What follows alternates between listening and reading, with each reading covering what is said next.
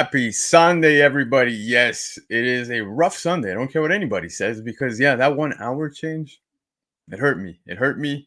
It's still hurting.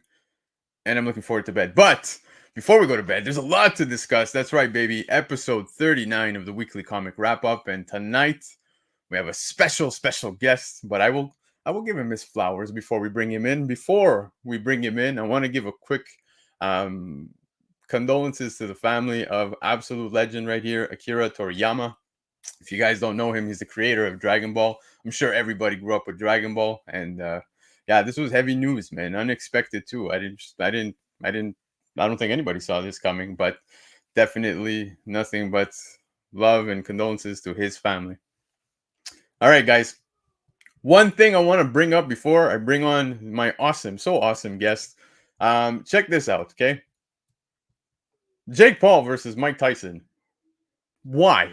Why? I don't know how you guys feel about this. Sound off in the chat, in the comments if you're catching the replay, but Mike Tyson, Jake Paul, 30-year difference. Tyson, do us all a favor. Knock this clown out, man. I hope to God that's how this ends, but yeah. Anyways. All right. Enough about that. Let's get to the guest. Now, this awesome dude who is hanging out backstage, smiling like a girl. I could see him. He actually he was one of the first channels I actually came across when it comes to comic book content. That's right. I saw him and I was like, oh my God, this guy is like a god, right? He is doing the comic book stuff and it was so cool. And he actually gave me a platform, right? A home on his channel. It was the second YouTube channel that I had the opportunity to join. We got super close after that. And guys, the saying is true. Don't meet your heroes. Guys, NEWBIE Comics. Oh man, no meet your okay. I'll tell my wife that when I see her. But what's going on, man? How you doing? I'm doing good, man. You're finally back, bro. It's been months since you've been on YouTube, man. I missed you. Yeah. And I'm skinny. My beard's trimmed. I'm not fat or anything, so it's not like I'm doing terrible. I'm doing good. Still got all my teeth. Is that what you've been up to? You've been hitting the gym, doing different things now? Like, oh man, I've just been just life. Just doing life. Yeah. I've been watching now, like you, religiously, obviously, and a few other shows. But yeah, just I'm taking a little break, and yeah, we'll see. I don't know. Yeah. Now, one thing I want to bring up is because on the thumbnail, we wrote NEWBIE Collectibles. That's right. Yeah, I don't know. I didn't know who that was. I actually was like, okay, maybe it's not me tonight. I don't know. Hold up. When you go on your Instagram, your handle is NEWBIE Comics, but the actual title at the top says NEWBIE Collectibles. And that's because you've been doing different things now. You're no longer just on comics. You're doing cards. You're doing video games. You're doing Time magazines. You name it. You're on it. TV guides. TV guides. Yeah, man. I just like a lot of things, man. It's pop culture. I like a lot of different things, and I just didn't want to be in one category. Like you can see, I got a bunch of stuff, but comics is always going to be number one. It's just I've always liked different things, even before NEWBIE. Like my close friends will tell you, like my sneaker collection is probably destroys any comic. Like if you came to my house, you'd be like, "Okay, you're a sneaker guy, not a comic guy." But yeah, it's just things that I show, right? So it's always going to be comics, but I just buy what I want, right? That's what all the cool influencers say. So that's just what I'm doing. Yeah, exactly. And you've been collecting almost the entire run now of the Simpsons comics? Yeah. So my goal, if you don't know, is 200 to 245 all in 9/8. Yeah. So I got about like 21 issues right now. Jeez. So I'm kind of almost there. So and you started doing this as of like what, the beginning of the year? So yeah, January 1st, like around Christmas time, I was like, you know what, I'm gonna go after it. Like I'm like one of the biggest Simpson guys, and man, I like always quote the Simpsons. I always quote it to like my wife, and she's like, please stop. Yeah. At work, my coworkers are always like, please stop. So I needed to kind of get that out of the way, but yeah, I don't know, man. There's a lot of things happening, a lot of books selling. There's a big grail that is leaving Casa de NEWBIE April 10th, I think April 10th or 11th. So you sold one. That's it. It's gone. Yeah. The payment will be complete and it's gone. It's sold. So I'm looking forward to new challenges, man. Yeah, for sure. Now, speaking new challenges, you're on different kind of hunts. This weekend was a big week. Sorry, this week was a big week, not just the weekend, but throughout the week. A lot of people hunting these things right here, which is the 2023-2024 Hockey Series 2 Young Guns. Now, How dude, many boxes did you get? I didn't get any. I'm be honest with you. I didn't Oh get my any, but god. I know you went heavy. You got how many boxes? I got 7 boxes. I pre-ordered them at $130 in September. There's a sports collectible shop in the mall in my city, and he was doing pre-orders in September. So I locked in, and after like a week after, I was telling like Yeezy and a bunch of the card guys here on Instagram, and they were like, dude, if you were getting it at 130, you probably should have cleaned them out. And looking at Yeah, prices now, I probably should have, but you know what? I was able to sell 6. I did what I wanted to do: pre-sale, flip, make a profit, and then be able to keep 1 box sealed. I'm going to keep this 1 box sealed forever. Or unless they're like, hey, there's only 10 boxes out there and there's still the one of one, like, I don't know, that might make the price go up, but I always thought, you know what, I'm going to get this box. If this kid is what he is so far, the box is probably going to be worth a little bit down the road. So that's what I'm waiting on. and let's touch on that very quickly because you're talking about Bedard right now. Yeah. Bedard here on the cover of the box. Now check some of these sales on the cards, guys. Yes, Jason Carvalho, I see your comment. I'll highlight you later, but look at this, man. This is the population count 50, the blue one that sold for 2,000 Canadian Yeah. dollars this week, which is insane. Literally 3 days ago. You have some other sales there for the Young Guns card on Connor Bedard. Nuts, dude. 1,200, but the one that I'm dude, and this one blew my mind. I'm keeping my eye on. Red? Yeah. Yeah, $23,100 is the current bid for this, and it is still ongoing. 4 days left, man. This is insane, insane. So you're sure you're keeping that sealed, right? Listen, I have a buddy who did the exact same thing. I kind of told him about this. He's a coworker, and he ended up buying 4 boxes. He did the same thing. Pre-ordered at 130, sold it. So he just sold 3. He actually sold it like through me, but anyway. And he's got 1 box left, and he sent me this like maybe seconds before you did, and he's like, "Man, if the one of one doesn't happen like by next weekend, he's Yeah. thinking about possibly opening his." Because a lot of these cards are coming out, and you see it kind of on YouTube or whatnot and things like that, even Facebook Live. A lot of these shops have like 25 boxes behind them. They're opening them and Yep. they're getting nothing. So I don't know, man. I'd be tempted to, but I don't know, man. It's It's impressive, dude. yeah, 23,100 is where it's at. So we'll see where this ends off. But yeah, man, hockey cards. See, I don't blame you for getting into certain things. The hockey yeah. cards, dude, this blew my mind to see where it's going. A lot of love and, of course, faith in Bedard, but we'll see how this pans out. Hey, even Leo Carlson. I know I don't want to get off the rails here, but even Leo Carlson. So they were doing when we went to go pick him up at the mall. They were also doing like a live event, and they were trade day or whatever. And a guy pulled out a Leo Carlson, so second overall pick. He plays on the Ducks. Really high prospect. Like, I think he'll do good once he gets out of Anaheim. But Yeah. somebody pulled his card, and some guy was right there. $600 Canadian. So I mean, like, there are other cards too. Obviously, Bedard is just gonna trump everything, but there is money to be made, obviously. Yep. But all right, man. Noob, it's time we start talking comics. Shy away from the card stuff. Back to what you are, normally doing on your channel, which is comics.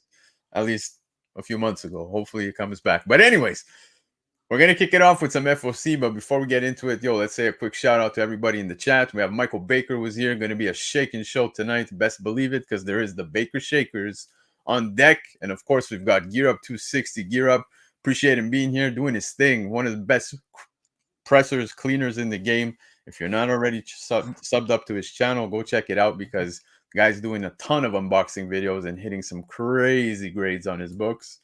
We got Derek Nyman in the house. Derek, brother, appreciate you coming to hang out with myself and Newbie tonight. We got Ben in the house, man. Ben, definitely appreciate you swinging by to hang out with us tonight.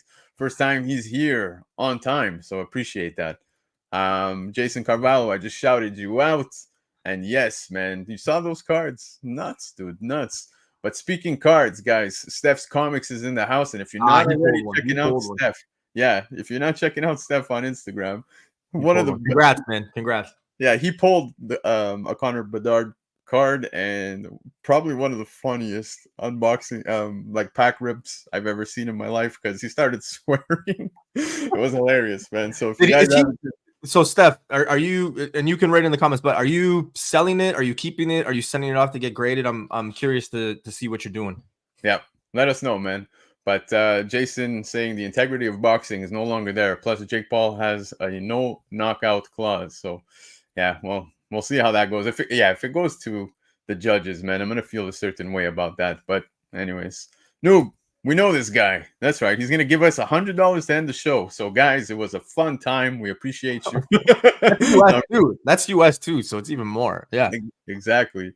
But yeah, man, yo, Nemesis is crushing it on the video game pickups too, man. He was just showing some Final Fantasy stuff. I saw on my watch as I was putting the kids to bed, and I'm like, holy cow.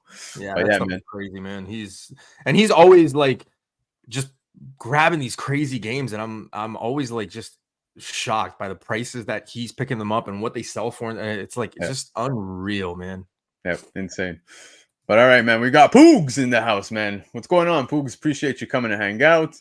We got Constantino out west in Canada. Appreciate you being here. Ciao, ciao. I hope you had your Sunday pasta. That's how we do it. The Italians, yo, I'm full. I'm gonna be honest with you. I think I had like 3 meatballs, bro.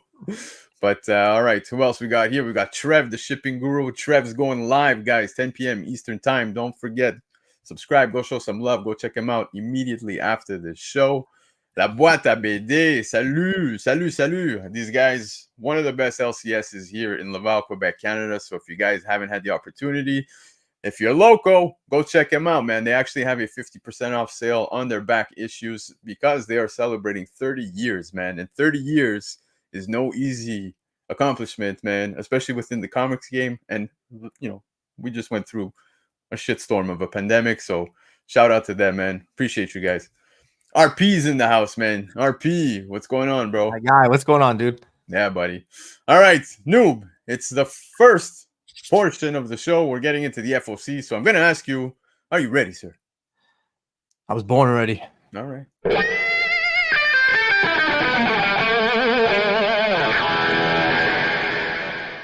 He was also born in flip-flops, but FOC selections of the week for March 11th. That's right, guys. Selected by Lefteros. If you're not already, definitely go check out Lefteros over on Instagram.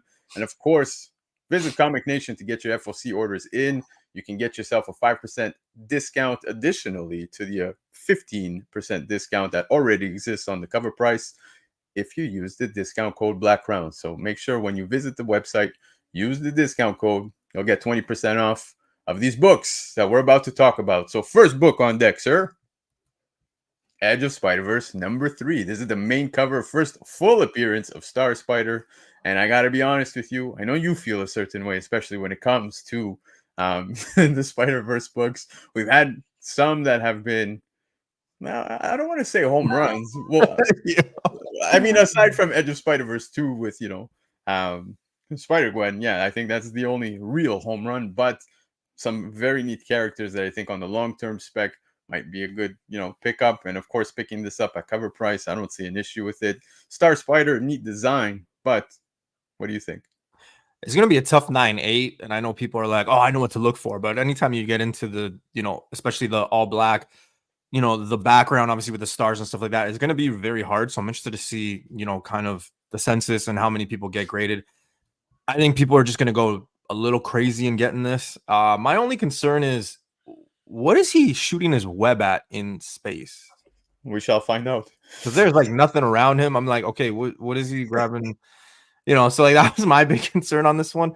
But I do think it's a dope cover. I really do. I'm biased when it comes to white, black, red covers. So on your recommendation, I picked it up. But yeah, the Edge of Spider-Verse runs in the last 3 years, they haven't really been like the first one. So and not just because of Spider-Gwen, just that run had like cool characters and things like that. So interesting. Maybe they turn the curb at issue 3. I don't know. But for art, for future spec, why not?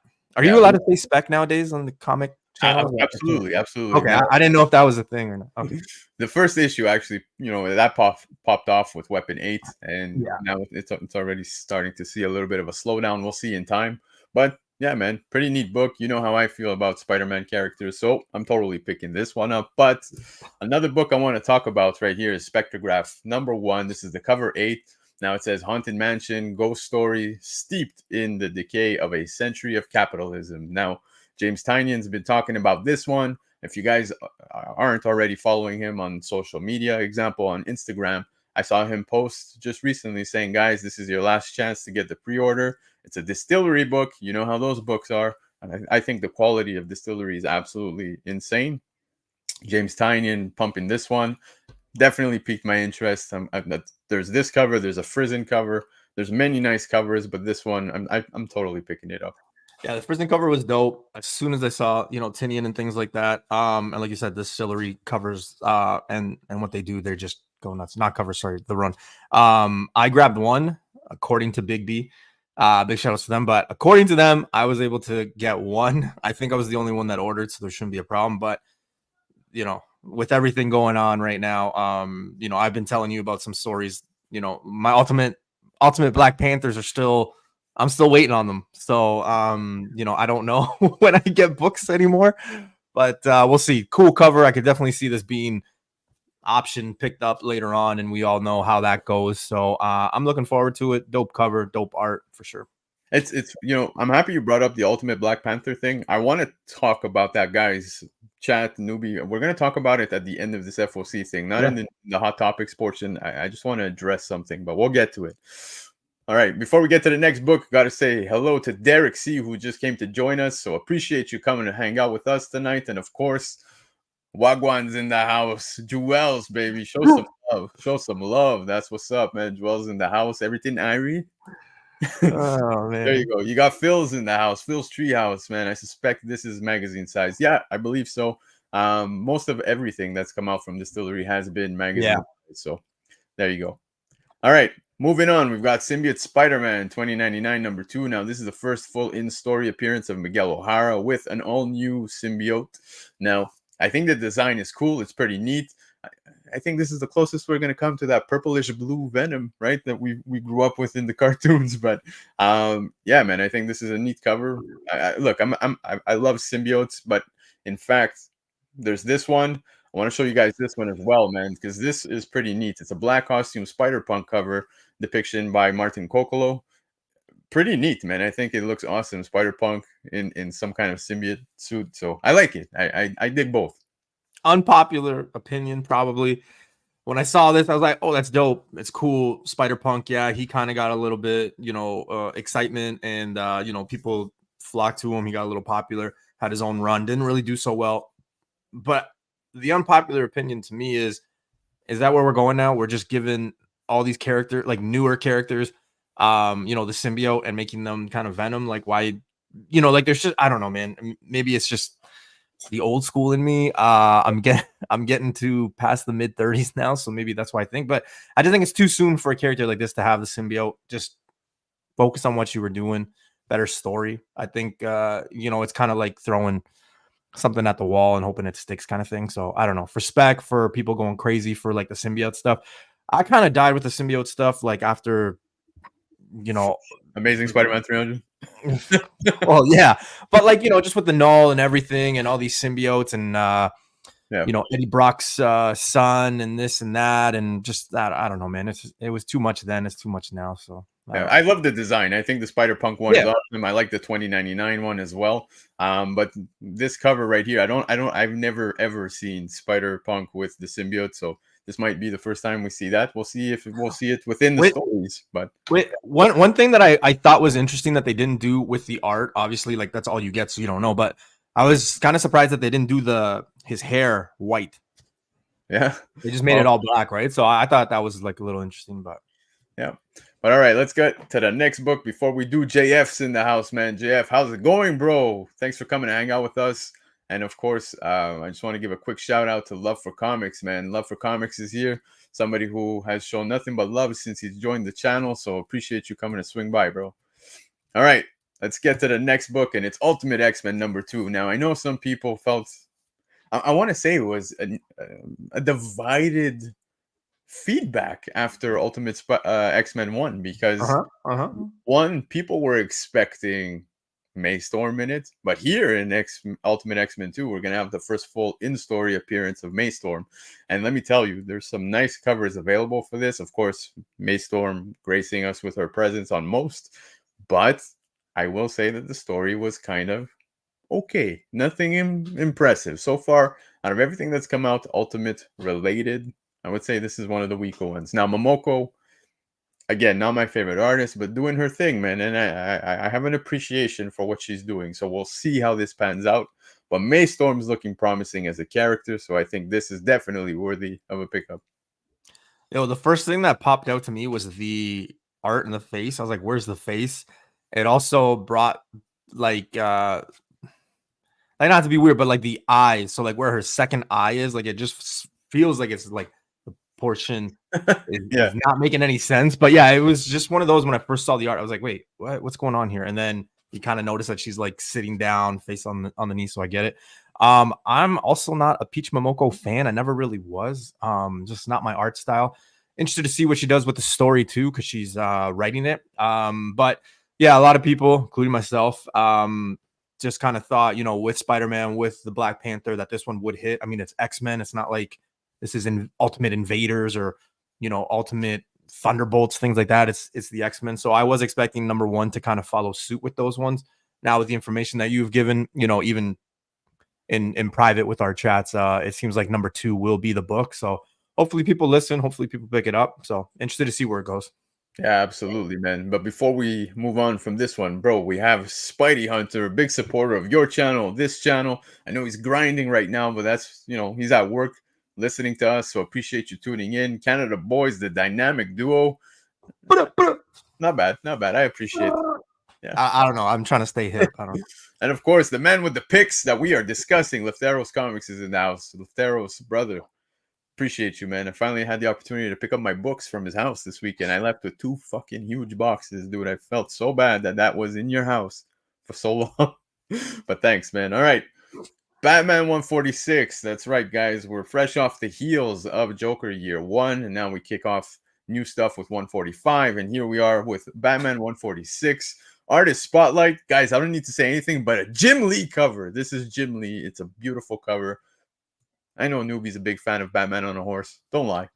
Actually, I know I've been saying this a lot. Sorry, Derek. I do apologize. It is 2024, so I feel like we have to apologize when people disagree with us. The first thing I thought about when I saw this cover was I thought of Zorro. So I don't know if that's just Zorro. Wow. Yeah, I was just like, that's Zorro. Yeah, to me, I mean, nothing's really changed on the DC front. I really, it is what it is. Cool cover, I guess. I don't know. Yeah, Batman's been a pretty good run.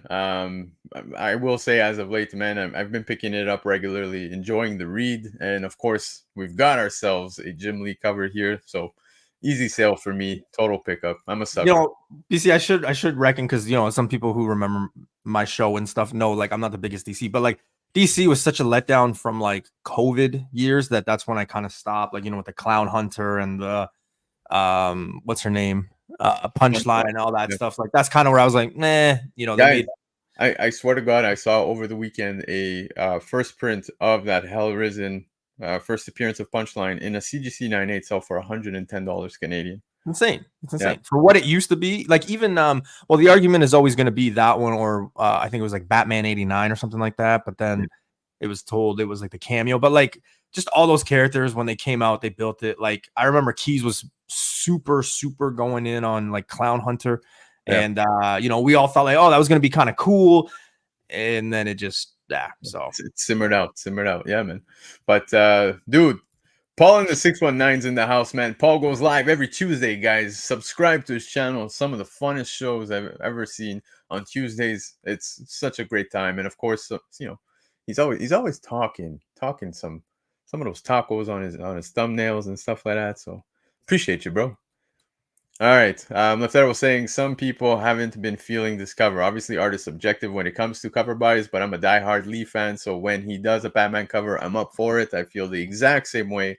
Hence why I said it's a great read. It's a Jim Lee cover. Total pickup for me, man. All right. Let's get to the next one. Now, Gunslinger Spawn 30. I think this is awesome because it's a homage cover to They Call Me Trinity. Now, if you guys are not familiar with that movie, it's an older movie. It's a Western comedy type movie. So very well done. Some homage covers just don't do so well. And I got to say, this one, spot on. I love it. I love the cover.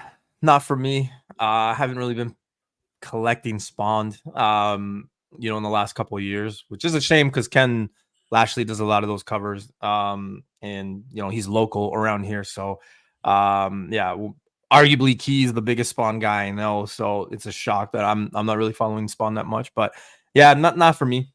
Yeah. Somebody check on Baker. Yeah, we just showed him this cover. He may have fallen. But all right, moving on from Gunslinger Spawn, we've got Weapon X-Men #2. Now, I think this is a beautiful variant cover. And of course, you've got Wolverine and Phoenix kissing. Now, some people might be Team Wolverine with Jean Grey, and some people might be Cyclops with Jean Grey. Whatever it is, this is a fire cover, literally. And I think it's an awesome, awesome cover, man. Bro, happy Super Mario Day, March 10th, 2024.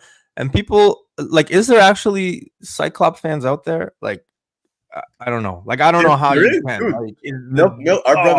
Our brother Milton the Manimal, man. Shows yeah, geez. Okay. Well, I'll be kicked out of that chat very soon. No, dude. Honestly, you just got booted. Yeah, probably. Or the group chat's changed. Yep. This will always be a pass for me.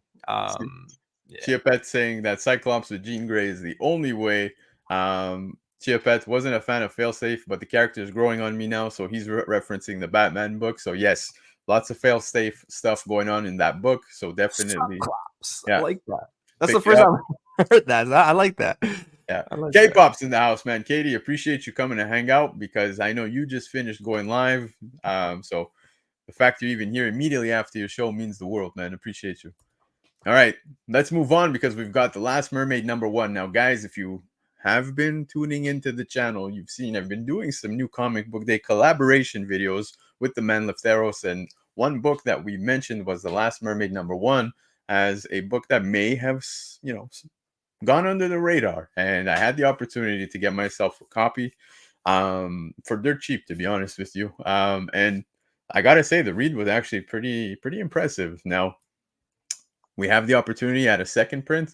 I'm not saying this is gonna explode, but who knows? Chase, the first print is probably on your shelf. 100% is probably on your shelf. So just look, maybe check on eBay too, because this one, knowing that people missed out, is probably going to be why this one goes nuts. If I've learned anything from my guy Rocksteady, shout out Mr. Rocksteady. It's that. So definitely try to go find the first print, especially if you believe in it and believe in the project down the road as an investment. You're just better off that way.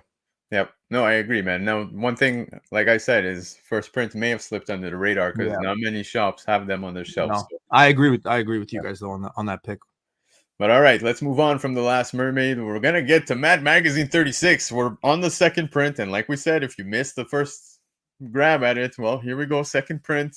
Because yes, Mad Magazine's still a thing, and we have Taylor Swift and Travis Kelce parody on this cover. Now, I know you were not too happy with the end result of the Super Bowl.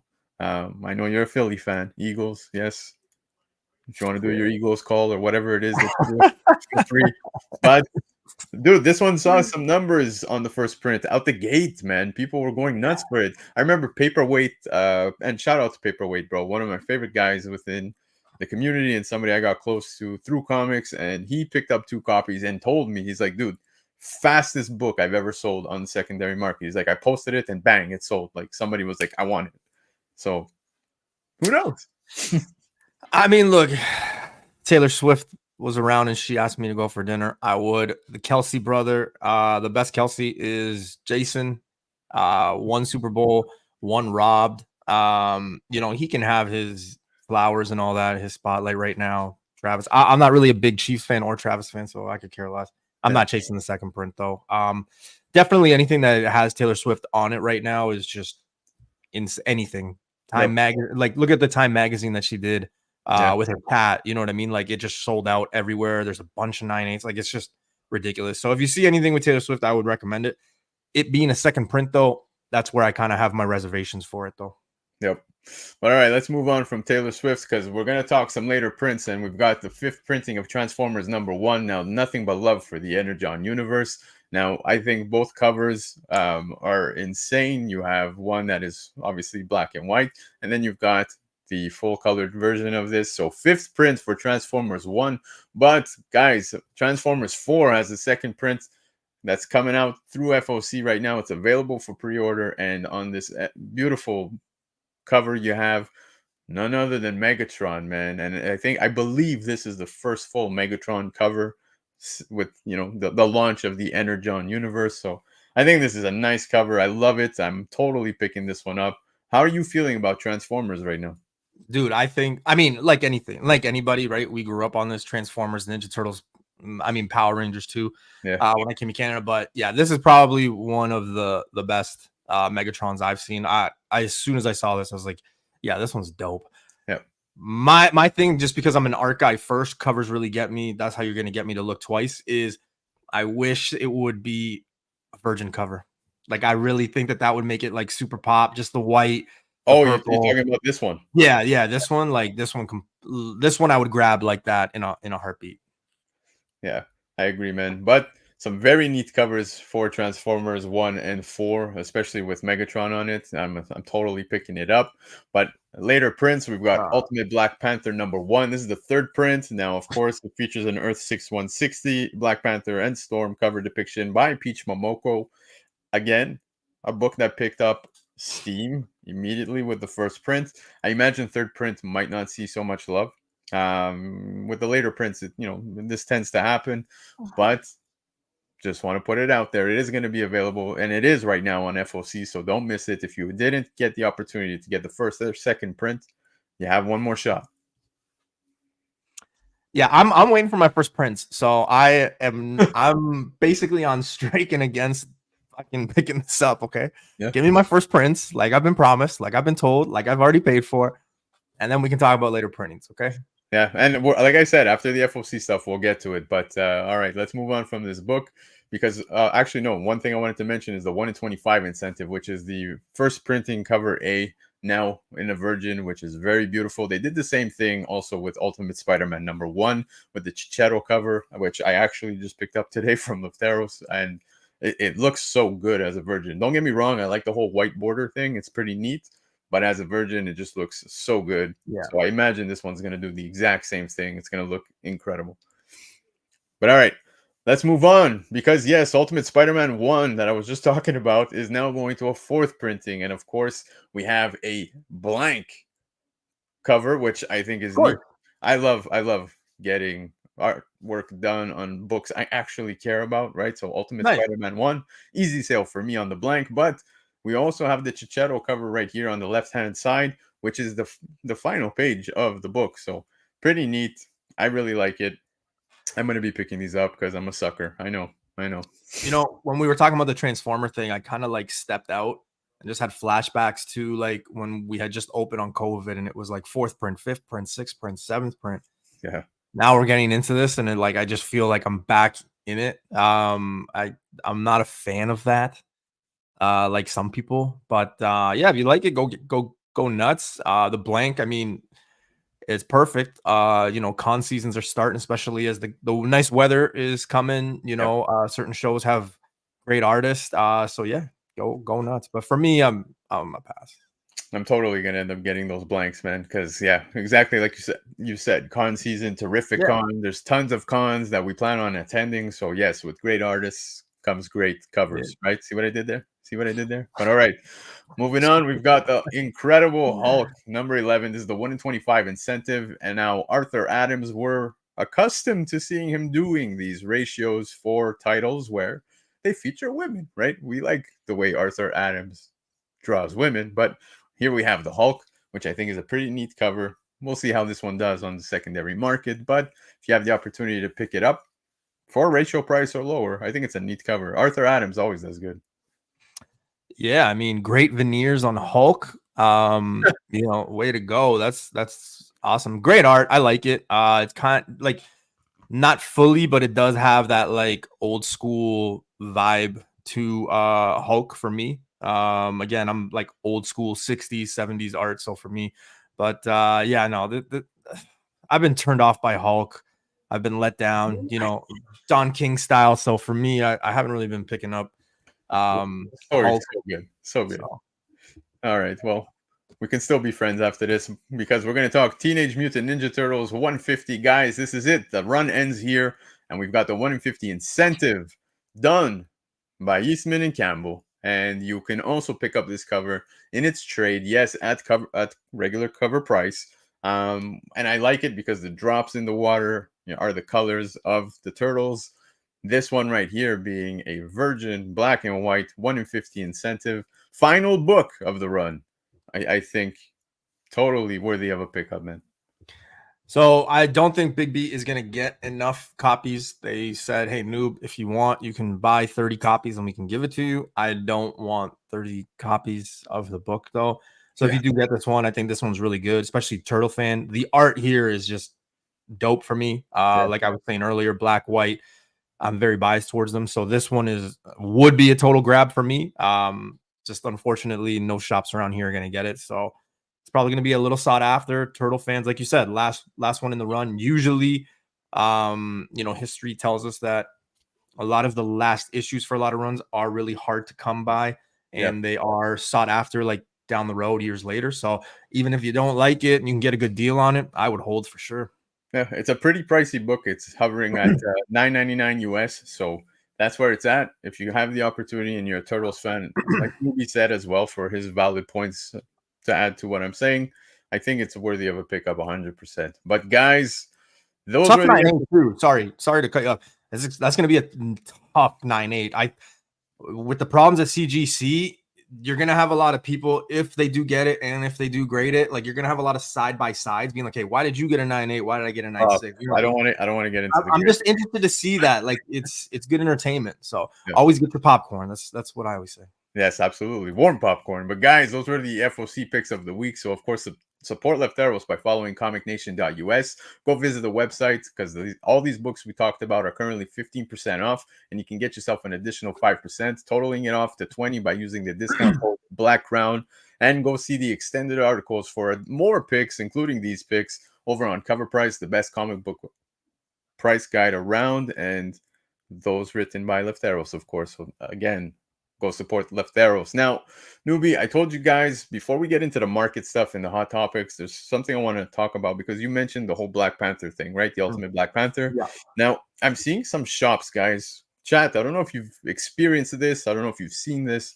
But I'm seeing some shops saying they've been shorted. They didn't get their copies or whatever, even though they ordered Ultimate Black Panther 1. I find it strange. I find it strange because every shop that I know that I've spoken to, when it comes to ordering their books pre-FOC, got their books.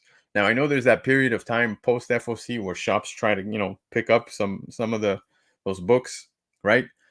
I think that's what they're referring to. So it is very important whether you're a shop owner or whether you are a collector and you have access to Previews World, whatever it is, just make sure you get your books pre-FOC because guys, there's a reason why it's called a final order cutoff. So again, I can't wrap my head around it because, shops saying they got shorted. I find it a bit strange, man, because almost every shop I know that ordered copies prior to FOC got their books. So yeah. I don't know. I know like the shops I deal with lately, they've been saying, hey, it's okay. I can still order it. So like, even though FOC was Sunday or Monday morning, if you walk in on Thursday, you might be lucky and they might be able to order it. You might get it a week after, say the set week, but that's the period I'm talking about. That period post FOC, there's no guarantee, right? No. It's now with the Black Panther, for me, I pre-ordered, when we were talking about it, I pre-ordered it and I'm still waiting. So I don't know if I'm going to get them. Like I said, it's already been paid for, things like that. I like to do, my due diligence, right? If I order something, I do want to get it because if not, Rocksteady is just gonna fucking. Yeah. So we'll see. I don't know. I'm hoping this week I get them, but we'll see. Nick saying exactly that. Shops should not get shorted pre-FOC. It makes no sense because those are your orders. But it also print, bro. Yeah, but it also depends, right? I mean, hot books. It's always with hot books that it tends to oh, shortage, oh, damaged, oh, this, and then they have like 10 copies the next day selling at $60 or whatever it is, right? So like it also depends on the integrity of the shop as well. I know around here there's one shop I just don't associate with. I don't shop, I don't spend my breath even promoting them. Or if someone's like, hey, I'm in your area, where should I go? I don't even tell them because the integrity, right? So their shortage, it's always on a hot book. It's never on, Green Lantern meets Archie 71 or whatever. That's not even a real cover, so don't go looking for it. But yeah, no, but I get what you're saying. It's always the hot book, ironically. Now that's what I'm getting at, is it's just doesn't add up. So Phil saying FOC occurs before a book goes to the printers. After FOC, publishers know how many to print. Exactly. It is plain and simple, as Phil just said. So I don't know, man. I still find it weird that some shops are saying they got shorted. I don't think that's the proper term. Maybe just say the truth. Well, the last issue that I can remember, well, no, there's been a few, but like Free Comic Book Day, sometimes that happens. Like Blade's Daughter. I remember when that book was coming out hot, everybody wanted it. And like I remember so many shops were like, oh no, it got so many got damaged, this and that. And then all of a sudden they're charging $5 or $10 for a book the next day. So you gotta watch it.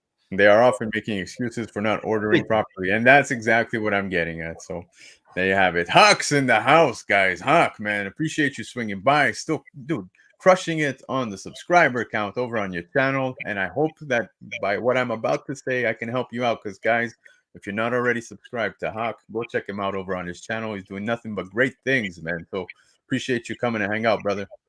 All right, Noob. Enough talk about these shops that are doing some shady things, because that is the reality. Let's get into the market report, and I'm going to ask you again. Are you ready, bro? I was born ready, brother. I was born ready.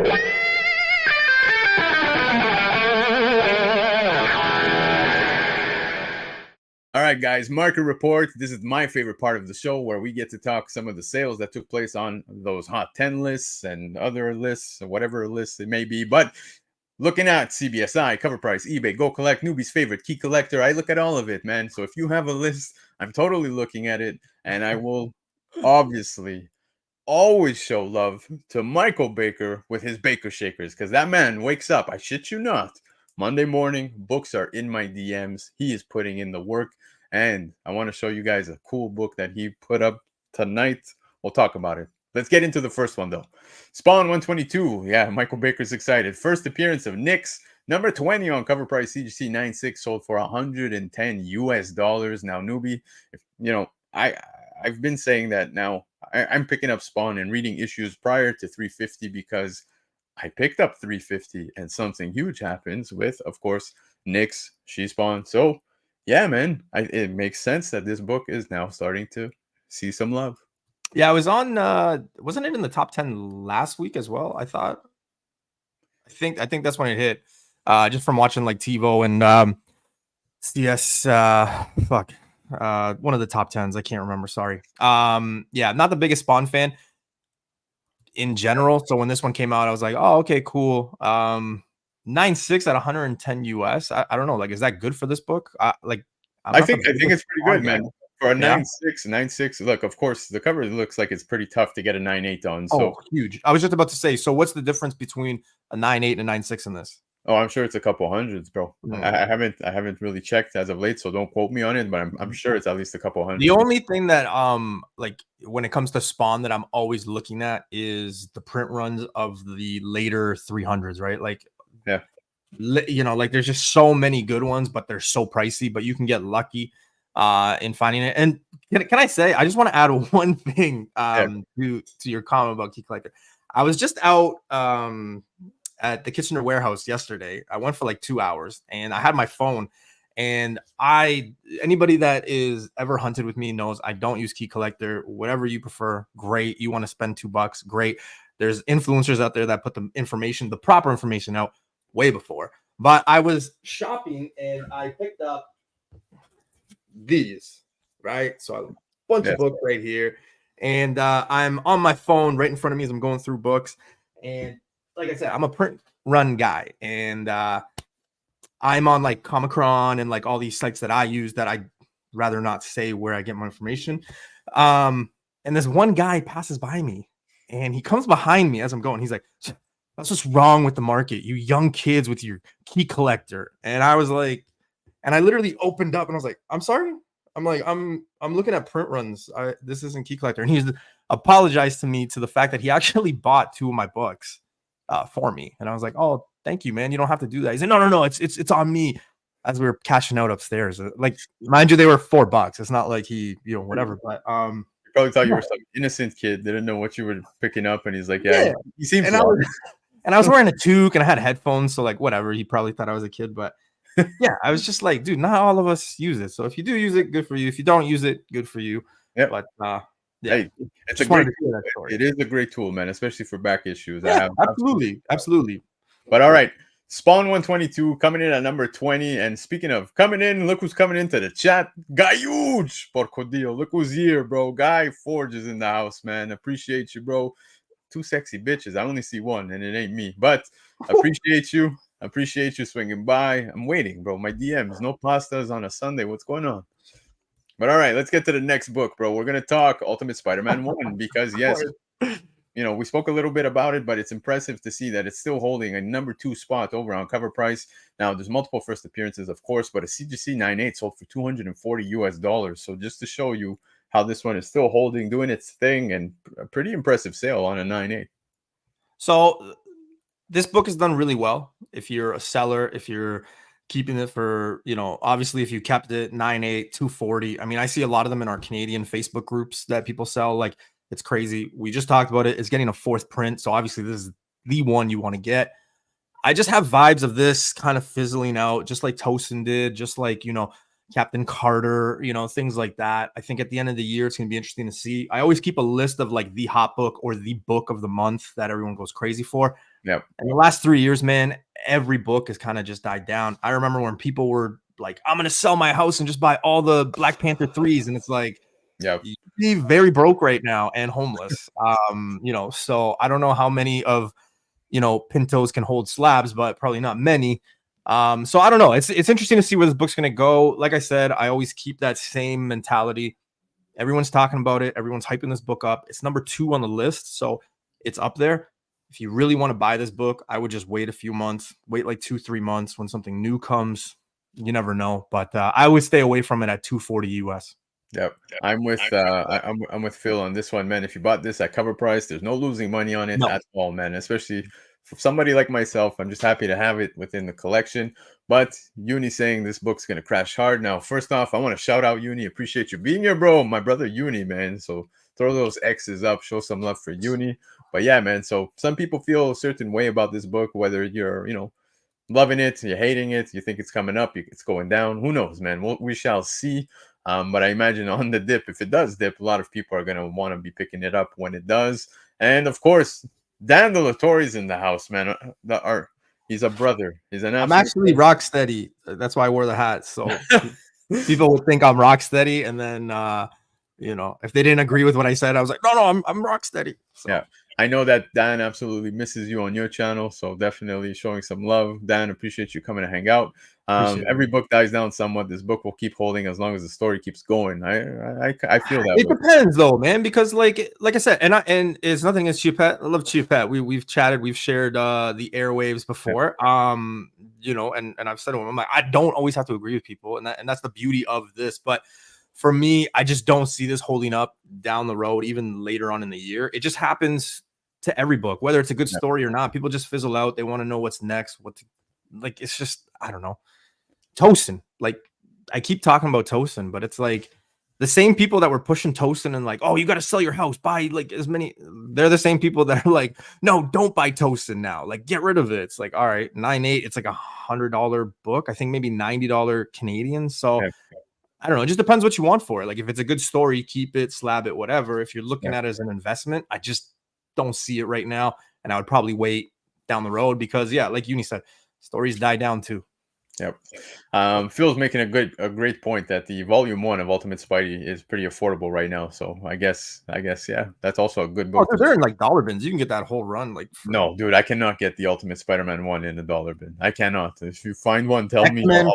X-Men Fantasy. X-Men, yes. Spider-Man, no. X-Men, Fantastic Four, Spidey. There's one other one. I'm talking the number 1 of Spider-Man, the Ultimate Spider-Man 1. I do not see it in dollar bins. But I just meant like I just thought we were talking about like the volume, like just. Yeah. But all right.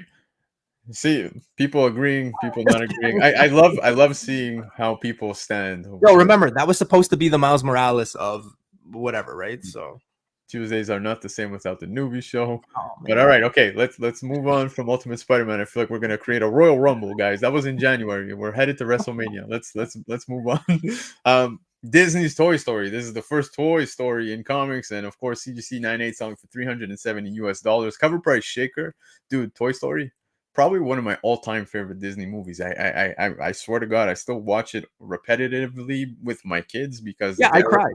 yeah, they're loving it. Toy Story 3 made you cry. I know it did, bro. I just wanted to say that as you were talking, so you could like maybe not hear me say that, but then I could be like, no, man, I told you. But no, I hear you. I pay attention to you, bro. Come on. But yeah, man, this is awesome, man. I'm not gonna lie. I kind of want a copy, but $370 US. I'll try to find a raw copy because the CGC 98, that's a pretty good sale, man. Not bad. Yeah. And we're going to be hitting Toy Story 5, I think in 2026, if I'm not mistaken, 2026 or 2027. I can't remember. News of that came out like I think in like December or January. Not sure what the story's going to be or whether both characters are in it if you watch number 4. But it's Disney, right? So like it's just going to be something that's like crazy. Like for us who grew up with these, right? Like your kid might like it, but like, you know, like he's going to be seeing number 4, number 5, right? For us, it's like, you know, yeah, I don't know. Holding hands into the incinerator in Toy Story 3 was just rough. Yeah, that was. I thought that was it, man. I really did. I thought someone was gonna die. So, yeah, I was like, "Well, I'm not crying," but yeah, I would definitely grab this if you see it. Like any of the Disney stuff, man. It's just like I see Little Mermaid more. Aladdin. Yeah, I see those too. But like, you know, I should say I saw those more recently just because of the live action movies came out. Now you don't see it, right? So like when something is not around, you don't see it as much. So this one will pop off way more. Like I said, right now there's nothing going on with this. We don't have casting, story, what's going to happen in the new movie. Yeah, and it's already at 370. So you know, once that hits, if you're looking at it as an investment, you're laughing. 100%. A comment I missed by Chia Pet regarding Ultimate Spider-Man 1, but yes, great point is that the book got attention of mass media, and it really did. But Toy Story, dude, kicked me in the nostalgia nuts, and of course, it kicked me in my current day-to-day nuts with, you know, I shared this moment with my kids, and I lived this moment as a kid. So yeah, neat book. I totally want to find a copy now, thanks to this sale. So anyways. Detective Comics 1000 Art Germ Golden Age variant raw near mint sale at $110 was a cover price shaker. Now, Noob, I know you're not the biggest DC fan, but I do know you're a big Poison Ivy fan. So this is a pretty nice cover. This is probably one of the best Poison Ivy covers. Oh, what? I think she looks great in it. I don't know. I really do. Harley doesn't really do anything for me. Catwoman, I mean, hello, but yeah, I don't know, but it's still not enough for me to get it or pay $110 US for it. I just think that there's, I mean, personal opinion, there's just better books for me to buy at that market. So I would probably pass on it if I saw this. You know, I wouldn't really think twice on it. I'd say, ooh, Poison Ivy, and then go to the washroom. So I love that it's, you know, the cover, the way it pops, that old school feel, that golden age feel of the book is just absolutely gorgeous. And of course, Harley looking amazing, Poison Ivy, Catwoman. It's beautiful. I do agree that it's not $110 US beautiful, but regardless, I still think it's a very nice 140 Canadian, 140 Canadian. No way, man. Yeah, no way. Yeah. Exactly, 140 Canadian hurts 100%. But let's move on from this one because we're going to talk Free Comic Book Day, Inspector Gadget, another one that hit me in the you know what's of nostalgia. But 3 CGC 98s exist of this on the CGC census. Cover price shaker because a CGC 98 sold for $416 US. I know you could hear the theme song in your head looking at this cover. Yeah, and as a cat dad now, sometimes when I'm petting them, I think of no, obviously this is another morning cartoon that we would have watched. Like our age group would have watched it, 30, mid 30s, maybe even like in your 40s, you would have watched this just before going to school. I was kind of always looking for this one in the last couple of years. It's like such a hard book to find. You never really want to talk about something too much, especially if you're going after it, because then it creates buzz and then you Yep. just can't get it. But $416 US. Yeah, Oh, not bad. I don't like it that much. I would like it if I had it. I would be tempted to sell it and then flip it. Yeah, So yeah, but for 416 US, so what's that, like for you're at almost 600 Canadian. yeah, like I would, yeah, that now you're talking like a lot of big tier Marvel nice books, even DC books for that matter. So I would probably stay away from it, but I wouldn't be surprised because a lot of people don't know about this. So if you're flipping through books and you see Inspector Gadget, maybe grab it, man. So that's all I'm gonna say. Yeah, I think I'm gonna make a nostalgia nuts T-shirt, but yeah, appreciate you, Derek. But yeah, man, dude. Of course, like you said, the cartoons were a big thing, but I actually, as a kid, I enjoyed also the Inspector Gadget movie that came out. I think it was in the late '90s with Matthew Broderick. I don't know if you remember that one. Yeah. Yeah, I of mean, it was corny. Like if you watch it now, you're like, what the course, hell am of I watching? course. Like you just put it on and you walk out of your living room. You're like, what? Yeah, Okay. no kidding. But yeah, Inspector Gadget was the best. Ghost Junk, I agree, man. But all right, moving on from Inspector Gadget, we're gonna talk Jurassic League #1. Now, this is the second print, and it is the 1 in 25 ratio foil. Now, the 1 in 25, the 1 in 25 being the foil. This second print has a trade version of this cover without the foil available, but a CGC 98 sold for $400 cover price shaker. And of course, we just got news that James Gunn is exploring the possibility of making this come to life on TV, on a movie for us. So Look, no doubt this was going to pick up. I'm gonna be honest with you. When I heard that news, I think I posted it too, like 2 weeks ago or whatever. I just was like disappointed, and I found myself laughing very hard and couldn't stop. You remember Eek the Cat? Eat the cat. Yeah, Eek the Cat. It was like that purple cat with like Sharky. I'm trying to remember. No, I don't. Sparky the dog. Okay. Well, never mind. I won't bring that up. Make Cadillacs and dinosaurs or something like that. This, I mean, I think this is gonna be corny, man. Like, yeah, for me, it's a pass. The book, dope cover, 100%. But again, 400 US. Oh, Just Eek the cat. Yes, I remember. yeah. I just googled it. Sorry. Okay, so do you remember that they had like that dinosaur, those Yeah. 3 dinosaurs? Make a dinosaur movie or show about that. Bring that back before you do Jurassic League. You know what I mean? Like do dinosaur stuff that would be funny and good. I don't know. This, Yeah. nah. Yeah. I understand. Look, it is a fun read. It's still ongoing, though. Some of this stuff also taking place within DC. Like I said, some stuff still going. Yeah, I didn't recognize Eek the Cat until now. I Oh, googled, I that saw was the picture, and I was like, "Oh my god, yeah, I totally remember this." Sharky the dog and Yeah. like, yeah, man, it's And oh, dude. what's funny is when you Google it, it's showing me the IMDb, and like it's showing me all the cartoons that would play with it at the same time, which is like Adam's Family, Bobby's World, like Bobby's World. Oh, yeah, so much fun yeah. stuff. But yeah, Canadian show too. the nostalgia nuts keep getting kicked tonight, but it's going to be a massive hit. I think so as well, man. I think if they do something with this, it could be, man. I hope they stay with the animated stuff. Of course, I don't want to see it in live action, but we'll see. James Gunn News got this book to go for a CGC 98 in a foil, $400. Pretty I impressive. think it's just I think if you're like, I don't know, if you're like a DC fan, like you obviously want it. But just like looking at it as like a non-DC guy, I'm gonna watch the show, but I'm not really like invested. Like, oh my god, these are my favorite characters or things like that. Yeah. It's just $400 US to me. It's just too much to get the book. So, Yeah. All right, let's move on because New Mutants #1. Now, guys, I just want to say something. I wrote Baker Shaker because, like I said, Monday morning, he was in my DMs with this particular book. And lo and behold, it was also a cover price. It was on the cover price shakers list this week as well. So shout out to Michael Baker. Shout out to Cover Price on their shakers list because New Mutants #1. This is a Wizard World partial sketch limited to 1,500 copies and a raw near mint copy sold for $785 US. That is a massive sale. Now, one thing I want to say. This is limited, yes, Now, Wizard World, this is pretty interesting because if you go to see the actual labels in the CGC 9.8s that exist, you're gonna see it says Wizard World 9.5. That is something that they did, which is pretty cool. But if you guys are looking for 9.8s, just be aware that those 9.5s are actually 9.8s. It's acknowledged as a 9.8. Very beautiful cover, dude. Sign me up. If I can get a copy of this, I would love to have it.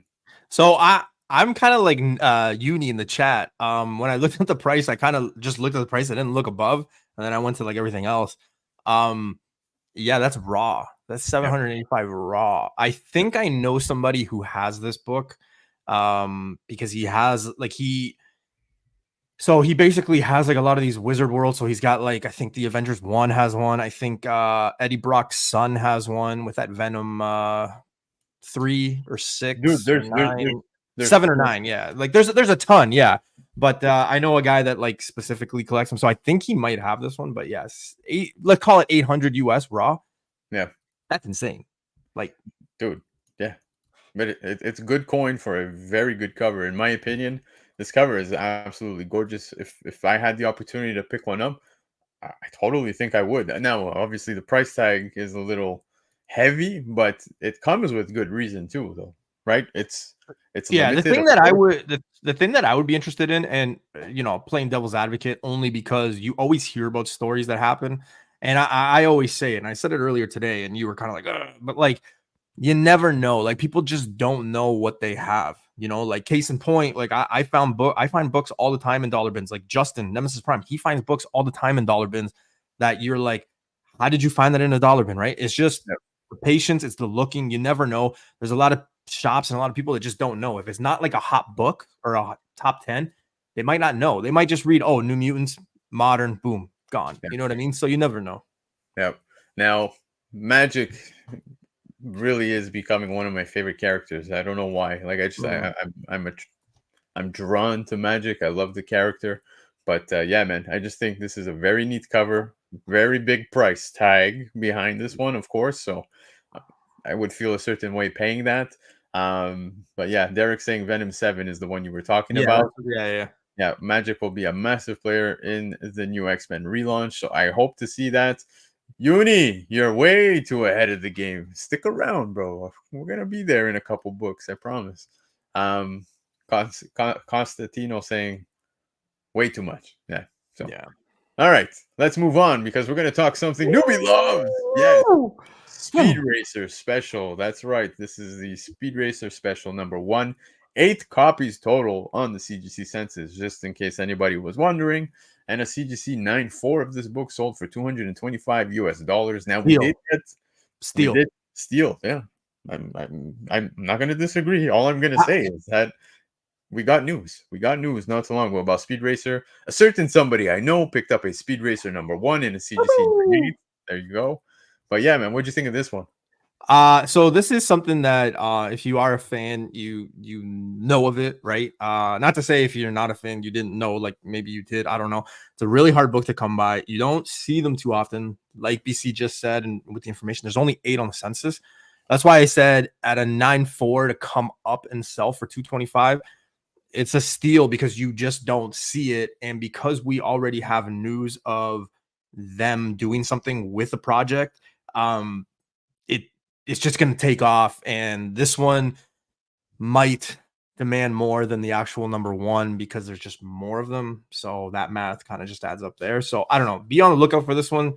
I have never seen this one in the wild. I've never seen it raw, graded in my hands physically. Nothing. I've never seen it. So that's why, again, I'm saying if you see the 9.4, 225, like, it's just a steal. It's one of those that, like, if you're looking for it and it pops up, you kind of have to make the choice right away, like yay or nay, because you might lose out on it. Yep. There's only 2 copies with a higher grade rating of 9.8. Just so you're aware of that. So, but right now, like with CGC, like even if you got this 9.4, like crack it, open it. It's a modern. It's gonna be cheap. So just fucking Get a Yeah. good presser, get it good, and then Yeah. maybe you get a 9.6. Who knows? But But like you said, no, coming across a raw one. One thing that, of course, Cover Price, shout out to them for pointing this out, says that inside the book there's a painted cutaway poster. So make sure to be on the lookout for that. If you come yeah. across a raw copy, make sure that that's in there, because if it's not, well, you're gonna get an incomplete label going for yourself. Yeah, but yeah, very very neat book.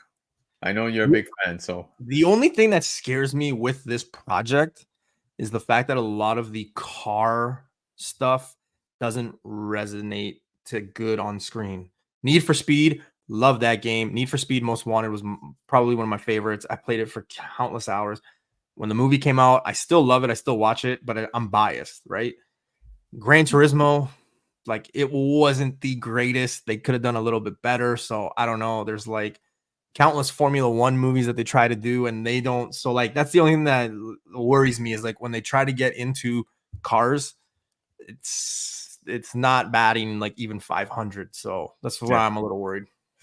for sure. But all right, let's move on from Speed Racer, because we're going to talk Web of Spider-Man 32. Now, this is an absolute classic from Mike Zeck. One of my favorite covers when it comes to Black Suit Symbiote stuff with Spider-Man. Now, this is a newsstand copy, and a CGC 98 sold for $525 US. Pretty impressive. And again, a cover price shaker on this week's list. What do you think of this one? It's a classic. 100% is a classic, but again, that price tag kind of scares me. I remember this book being way cheap, but it was just never one of those that like was something that I'm like, oh, I'll have that. Like Yeah. I could live with not having this in my collection, and I've done pretty well for almost 36 years.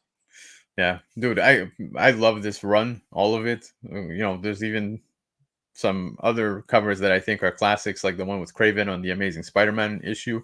But 525 for a newsstand copy. You mentioned that it is a relatively cheap copy, and yes, it is in a direct. So if if you're not a fan of, like, if you don't want to pay the premium for a newsstand, you could definitely get yourself a direct copy. But Mike Zeck absolutely crushed it on this cover. One of my favorite, man.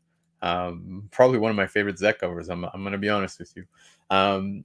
Dan Torre saying, I own this, paid 75 cents for it. Yeah, I've been paid fucking 25 cents for pretty much every book that we're paying hundreds of dollars, man. Fuck. exactly. Derek, yes, Craven's Last Hunt. Like I said, I love this arc. I thought it was absolutely incredible. So, And it's only going to go up. I mean, for a short period because Sony sucks. And next summer, or is it this summer? Yeah, it's this summer when Craven comes out. I think it's August. So when Craven comes out in August, I mean, like anything, is just going to go down for a little bit. So I don't know. I would wait. That's the thing that people don't get. It's like, do you really like a certain character? Or are you just going on this hype train? Because if you're going on the hype train, you might as well just wait 2 months after the project's out in theaters or out on Disney Plus. Oh, you but can get it for cheap. All that aside, man, regardless, the cover itself, often homaged, never 100%. But we've seen this. It's just circles. It's cycles. We do this with so many books, and like people still fall for it. It's like, no, it'll never happen again. Next week. It's like, you get Ultimate Black Panther or whatever. Like, it's just, no, I get it.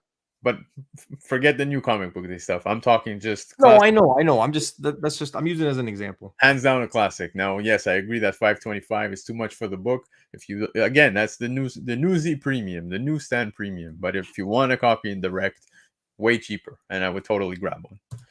All right. Grunge music. Yes, some of my favorite music. And of course, we've got Grunge Comics Presents #1. This obviously featuring Kurt Cobain on the cover. Now, limited edition poster inside this book. Raw high sale of 100 Canadian on eBay is what I saw, and it came in at #5 on CBSI. I think this is awesome, but it's also going to mark, I believe, the 30th anniversary of his passing now. So, the 30th or 20th, somewhere there. Sorry, dude, I'm mixing up my years. Yeah, it's 30th. But yeah, man. So obviously, with that making its way, I'm sure people are probably wanting to pick up a copy. Regardless, I think this would look awesome if you're a fan of Nirvana, if you're a fan of Kurt Cobain, and you love comics. I think this is a neat pickup.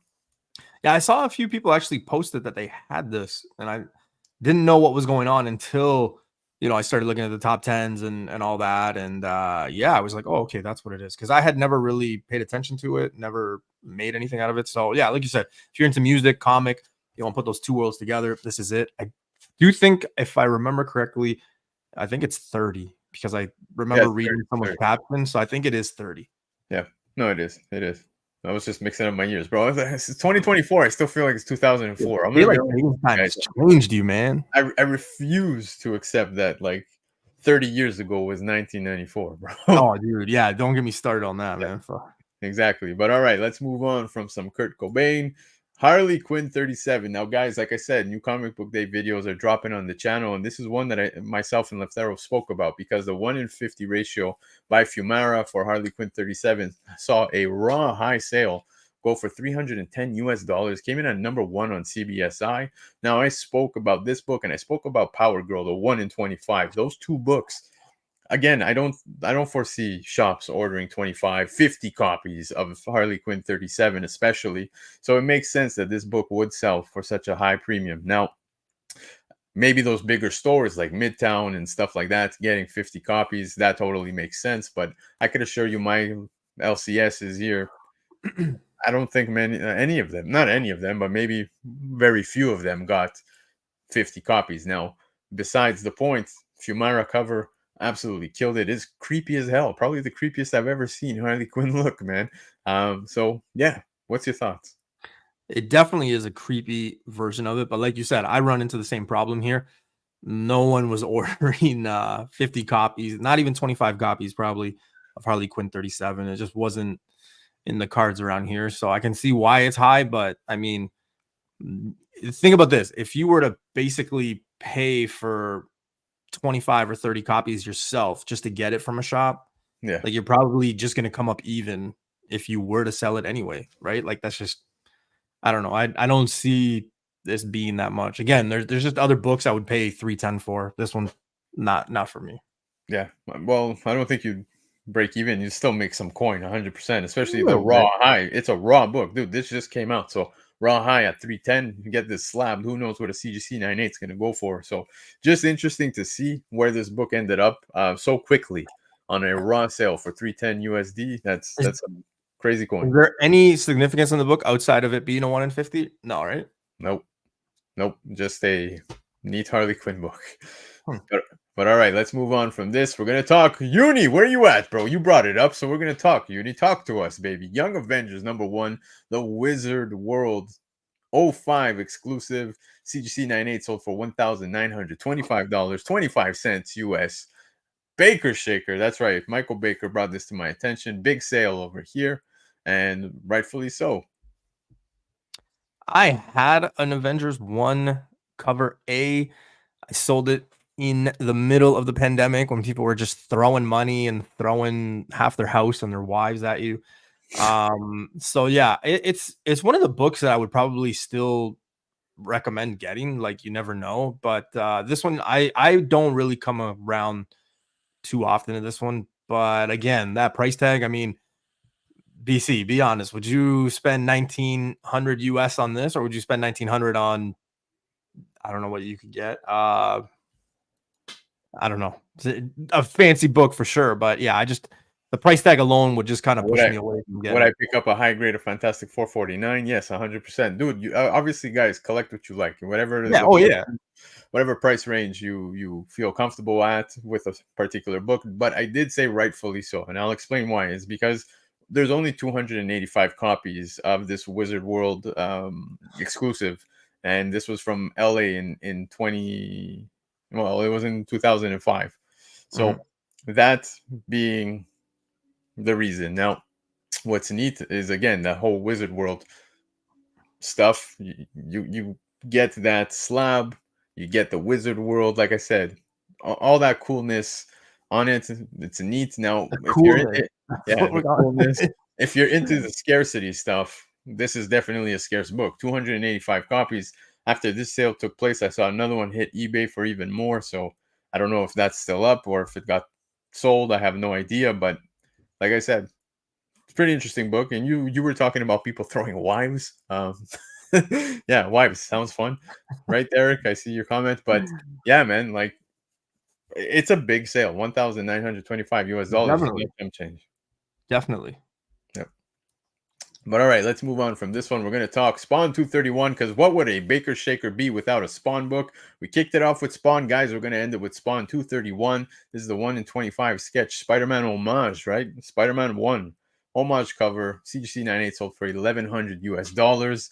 Spawn fans, scarce books. You know how it is. This isn't one of the scarce ones I would go after, though, personally. Like AF-15 one. No, like there's like some of those rare like 300 late 300s. Trying to think of the numbers, but like my Spawn stuff is, I need like my notepad for it. But just those books that are really low printed and really hard to find, they're usually in like that $300-$500 Canadian range. So I would probably rather that than this one, me personally. 1,100 US for this, for me, is definitely a pass. I wouldn't personally. Yep. That's fine. That's fine. I know this guy would 100%. Michael Baker would totally pick this up, and he actually told me he tried to get this particular copy. So CGC 98 sold for $1,100 US. Now, guys, I made a slight boo-boo, so I do want to correct myself because this is the book, the CGC 98 that I said, the Wizard World 95. This one is the one that you will find in a slab looking that certain way. So if you do come across the slab and it says 95, don't fear. It is actually a 9.8. That was something they did, and CGC selected those books purposely to do that. So there you go. So that was my boo-boo, but regardless, I corrected myself before we end the market report, noob. So now we have one more. Sorry, I'm looking at Pet's comments. I was like, oh shit, he's calling out Justin, and then he's like, I mean noob. I'm like, yeah. Sorry, Nevis. I saw it. But all right, guys, one last portion to the show. We're going to get into the hot topics. And let me tell you, there's some spicy ones, especially when it comes to the MCU at the moment. There's some pretty interesting things going on that end. Disney, of course. But we're going to get into all the fun stuff only if my brother Newbie, for the last time, can tell me if he's ready. I'm ready.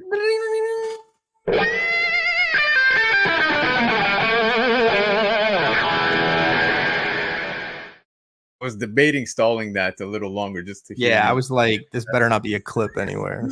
Yeah, but all right, let's get into the hot topics of the show and some of the hot topics that took place this week. So with the first one kicking off, we got it on Mario Day. That's right. Today we found out, guys, that a sequel to Mario, Super Mario Bros. Movie has been officially announced. The movie's set to hit theaters April 3rd, 2026. Now, I know what you guys are thinking. Guys, this is not comic related. Come on. Of course. This was a big hit once it dropped. Makes sense that on Mario, March 10, Mar 10, we were going to get some news, and we knew it was inevitable for this movie to take place. So I'm pumped. I really enjoyed the movie. I've watched it 1 trillion times with my kids. There you go. Super Mario. I know you're excited too. I saw you share it on Instagram. Oh yeah, I was super pumped. Again, is the comic related?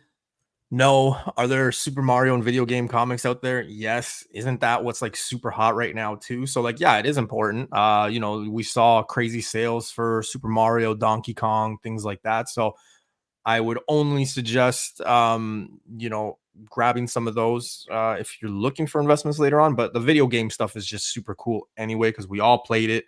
Captain N is something that I'm going after for personal reasons, for a character that I used to play. But yeah, it's exciting, man. And I honestly, I kind of had an idea, like not an idea, but like I just thought like something's got to give, something's got to be announced because it was such a good success. There hasn't really been anything, and then we wake up this morning and boom, we get this. So I'm super pumped for it. I can't wait. I thought the movie was great, and all those people that said Chris Pratt wasn't going to be able to pull it off, he pulled it off. Are loving the character, loving him as Mario. So that just goes to show, Guys, one thing I want to say, man, when it comes to, actors, Jack Black can really bring characters to life, man, especially when it comes to animated stuff. You see him doing this thing with Kung Fu Panda. Tenacious D being one of my favorite things ever. He's just musically gifted. He's got some absolute power when it comes to music and acting. And I got to say, his stuff on Bowser was just amazing. Some of the best work. I think he made the movie, in my opinion. He was just... his presence was so felt, and the song Peaches actually was a big hit. So Uni, if you haven't had the opportunity to watch it, man, it's a fun time, man. This is just really what it is. It's a good time. Kung Fu Panda, I'm gonna go see. I've watched them all, so I'm gonna go see. It's interesting because the director or the writer, I can't remember, one of the writers or the director, anyway, said that they're going to be doing way more with the character. So I don't know what that means, but we're already at Kung Fu Panda 3, so or 4. So Yep. I don't know how many more movies you can, go and give. So we'll see. Yep. But all right, enough Mario talk. We're gonna talk some DC, and now season 2 of Peacemaker is confirmed, guys. It's official, man, and I'm pumped. John Cena's been crushing it. He's been everywhere in the last week. I don't know if you've seen it, but like he's doing tons of great things. And of course, James Gunn had posted this on his Instagram, and you see, serious question: is there going to be a Peacemaker season 2? And we get a response from Jennifer Holland saying, yes, we start filming this summer. It's going to be so good. Now, something that's interesting that James Gunn said is the source is kind of iffy, but this is true. And now I know he was poking fun at that, but John Cena shared this on Howard Stern last week. To answer your follow-up questions, yes, we'll be shooting Superman and Peacemaker simultaneously. So yes, I've written all the episodes, but no, in the interest of getting the show out there, I won't be able to direct them all, only some. And yes, Waller's still happening, and Jeremy and Crystal are hard at work writing great stuff, but the schedule was impacted by the strikes, so Waller will come after PM in the larger order of things. So Peacemaker and Superman are going to be filming simultaneously. I'm pumped because season 1 was absolutely amazing. I cannot look at a Peacemaker cover, bro, whether it's the original Peacemaker 1 all the way to whatever we have now. I swear to God, it's John Cena. John Cena really, he's embodied the character, man. He's brought it to life, and I think perfect casting. Who would have thought that a WWE superstar, mega star in WWE, would turn to the acting route? I mean, we've seen it many times, but absolutely nailed it. Now, The Rock's done his thing. John Cena crushed it. I absolutely love it. I mean, let's, in talking with WWE superstars and DC movies, let's not forget, come Thursday on Netflix, Black Adam will be on Netflix. So, I mean, let's get those numbers up, people. If we want to see a different Shazam and things like that. So, I'm probably not going to see it. Yeah, dude, I'm excited for this. Season 1 obviously is not in DC continuity, and then season 2 they said is going to take place after the events of Superman. So that kind of makes sense with it. Interested to see if they add any of the characters, what they do. Season 1 was hilarious. There's so many one-liners. There's so many that humor that I like. That if you don't know me personally, we don't hang out or we don't talk, you wouldn't know. But that shit is like definitely up it. And it's those things that like, I could watch with different friends or even with my wife, and it was like, she thought it was good. Where other stuff, it's like, oh, this is terrible. So I'm looking forward to it. I just hope they do it right. Like make season 2 better than season 1. Don't think, oh, you've already hit the peak and now just throw shit on the wall, right? Like give me a good product. Yeah, and I just want to shout out Phil for giving us an update. That Academy Award for Best Picture just went to Oppenheimer because yes, this is taking place right now.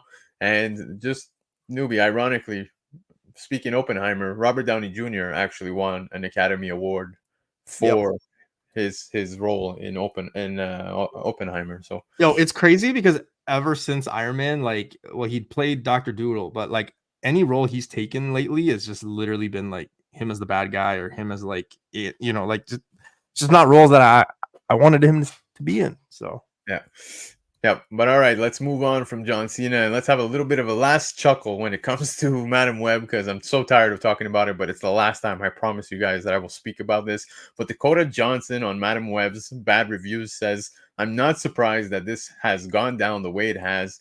And she says that she will probably never do anything like it again. So I kind of feel bad for Dakota Johnson because she's actually a great actress. So I mean, she was given a horrible movie and still moved forward with it. Now, of course, Sydney Sweeney, nothing but love for Sydney Sweeney. But Dakota Johnson, it's fun to see how the entire cast is kind of poking fun at this. You saw Sydney Sweeney over on Saturday Night Live. She was making fun of it as well in a one-liner, the way you like it, newbie one-liners. But yeah, man. So Dakota Johnson, I don't want to see Madam Web. I still haven't seen it, to be honest.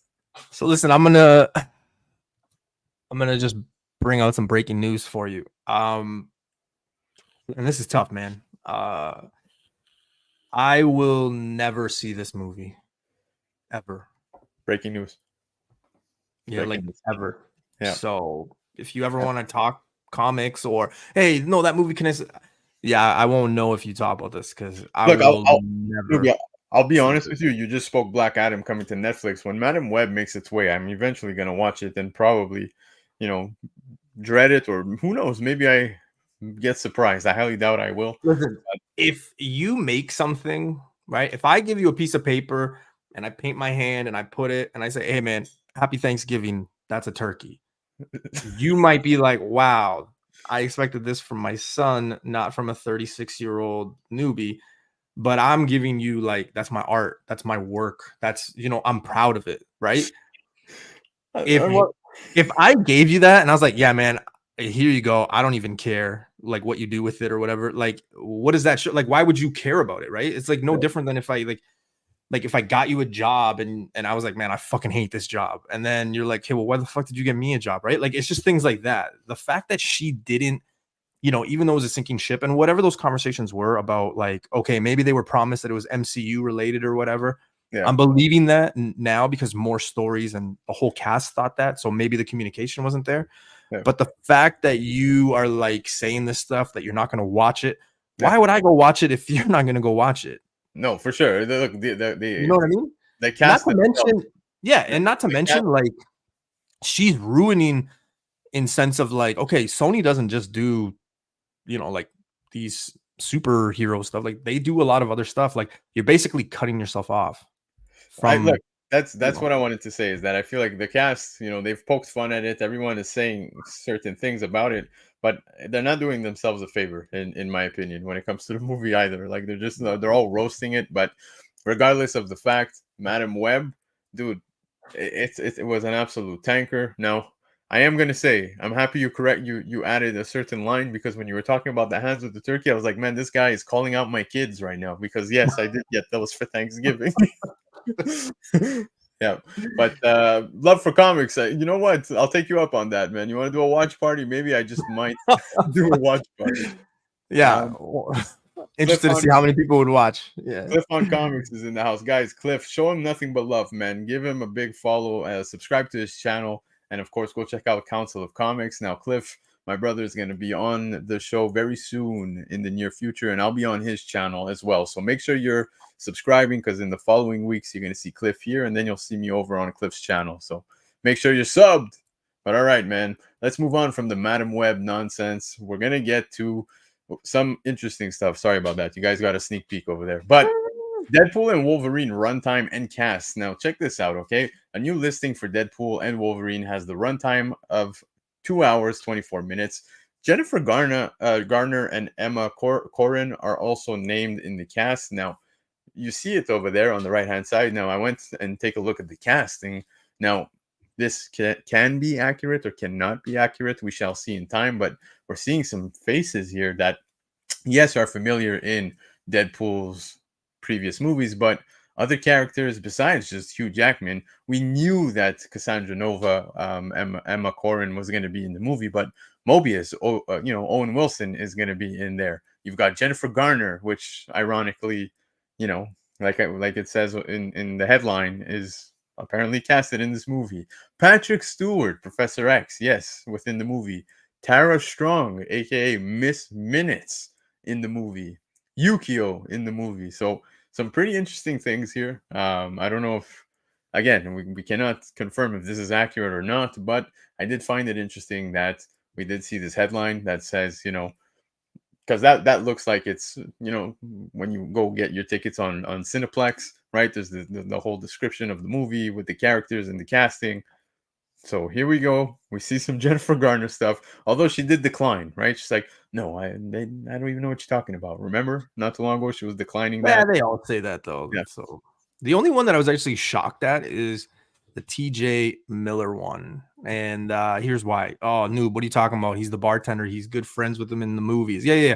But in real life, they hate each other. Like TJ Miller and Ryan Reynolds hate each other.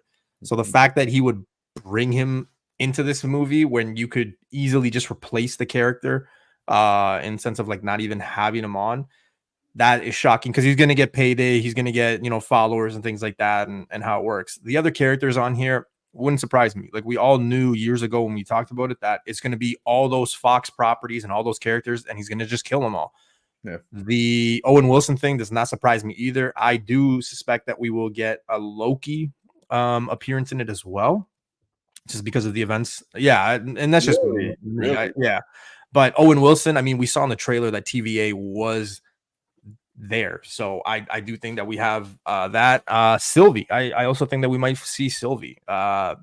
Just my 2 cents. I don't know. It just they all connect, and for what they're doing right now. So yeah, I'm not surprised by any TVA, X-Men, all that. I think Ben Affleck actually declined as well as Daredevil. So Wait, who I knows? don't know, man. Some news, from example Jennifer Garner saying she's not in the movie, and then here we're seeing this. We'll see. Yeah. We'll see, man. Maybe these are mistakes. These are not always accurate, but for now, this is the casting we're seeing. I like that we're seeing Miss Minutes within the movie. I wanna see an exchange between Miss Minutes and Deadpool. I think that's gonna be absolutely hilarious. But lots of cool people here that we're starting to see that were rumored, and now we're seeing on Google and other platforms that they could be within this movie. So we'll keep an eye out on that as we get closer to the movie. But Sorry, PC. I do want to say, like, for like an interesting book to be on the lookout for, with all these deaths that are happening and all the time shifts, it wouldn't shock me if we saw Death as well. So Death has a relationship with Deadpool, Deadpool, yeah. right? Dude, I'd love to see that. I really hope to So see that. just something. Yeah.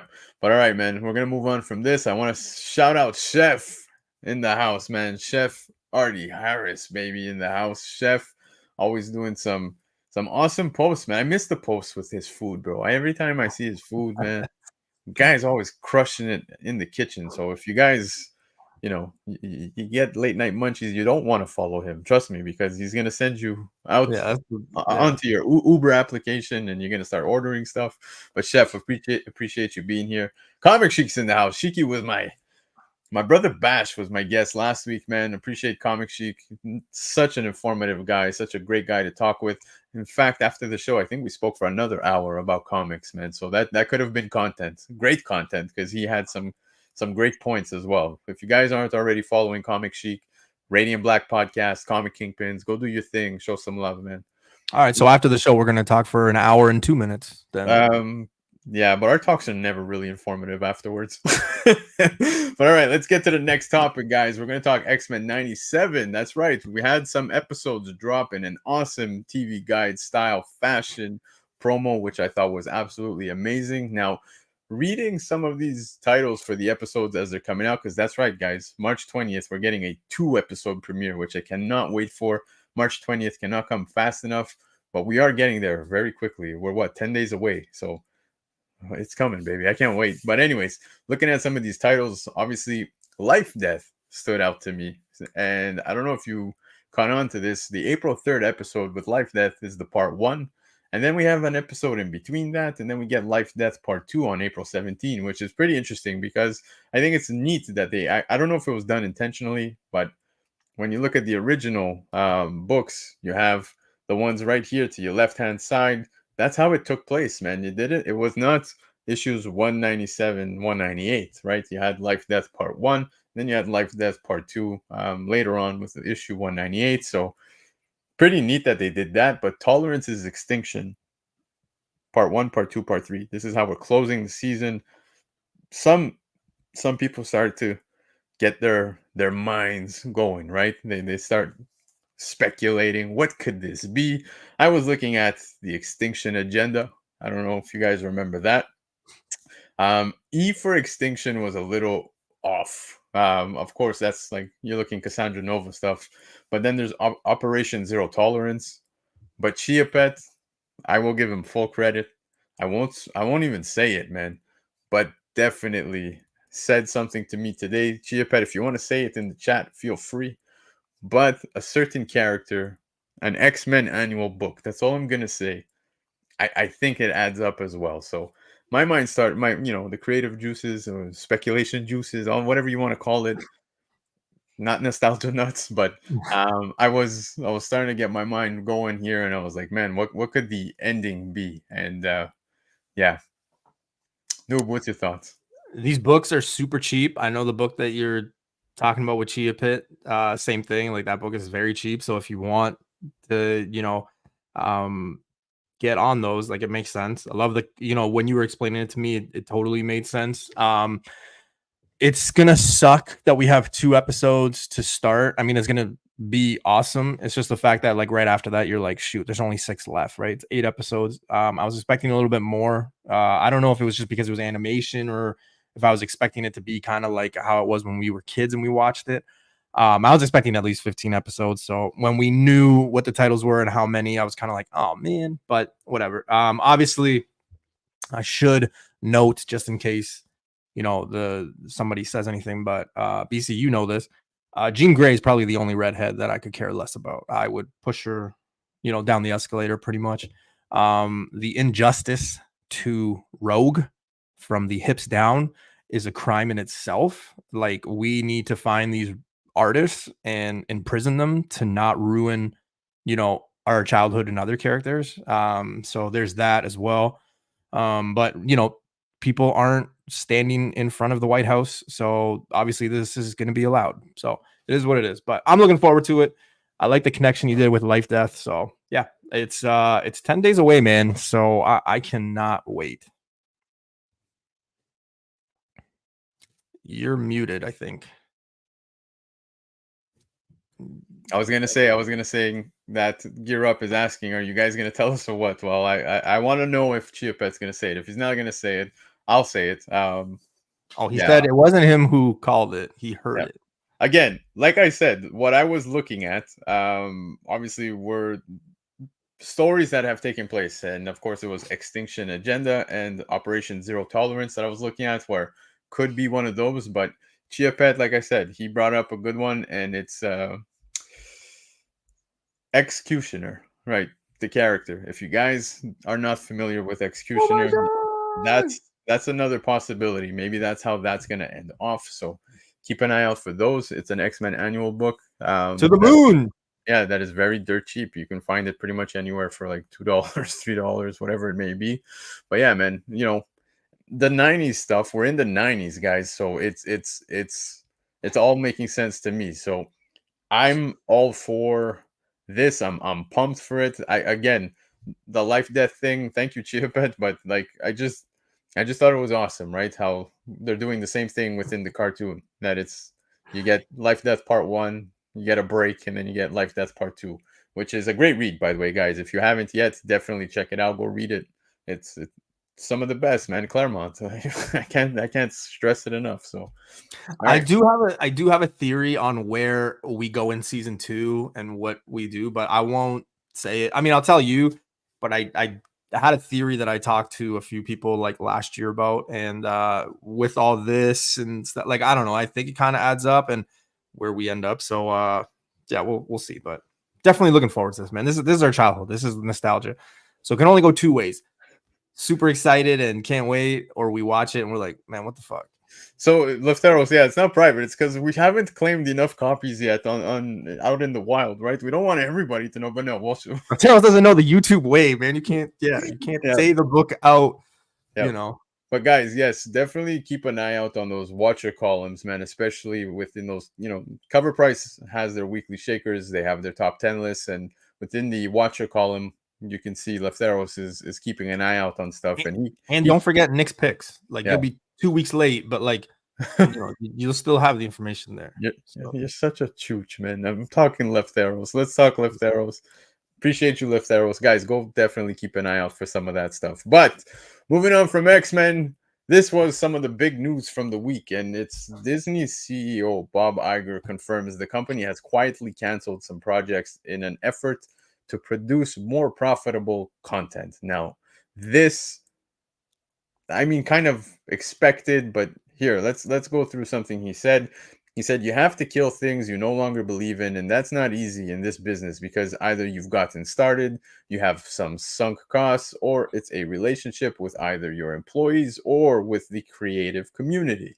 So, that being said, possible cancellations, because we're looking now at what projects exist here within the Marvel Cinematic Universe, and he specified with that the Marvel Cinematic Universe was going to be impacted. And we're looking at Vision Quest, we're looking at Young Avengers, Avengers 5, which has been up in the air now with everything that's happened with Jonathan Majors. Will we go straight to Secret Wars? Are we gonna get Avengers 5? I think we will. I don't think it's gonna get canceled. Avengers is the big title, right? So I don't see them canceling that. Ironheart, Newbie, I know that hurts your feelings because you were heavy on Ironheart. Captain Marvel, something he said was not every character is going to get a trilogy. Thinking what characters are currently ongoing. Shang-Chi hasn't even gotten a number 2 yet. Captain Marvel, I guess, will not get it because look at how Captain Marvel 1, Captain Marvel 2 performed. So no, I don't see Captain Marvel 3 getting a third film, getting made, period. But Vision Quest, we saw Vision, right? At the end of WandaVision and all that stuff. We've always wondered up until now what's going on with the character. Will we see Vision within Agatha? I don't know. We could pop up at any point, but it doesn't look like Vision Quest would probably move forward, in my opinion. Now, I think it's just going to be flashbacks. That's all it is. Also, like the actor also demands a premium on these just because of how many movies and things like that. And I know people are like, no, he's not. But like a premium, like the last movie, I think he took home like 10 mil or something like that. And when you break down the minutes of it, like I just feel like you can just buy. I don't know. The one that the two things, and I know people joke around, but like, oh, Ironheart or whatever. I don't necessarily think so.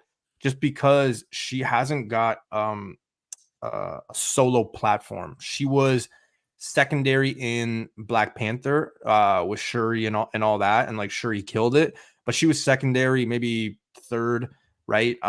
Just because there was a lot going on there.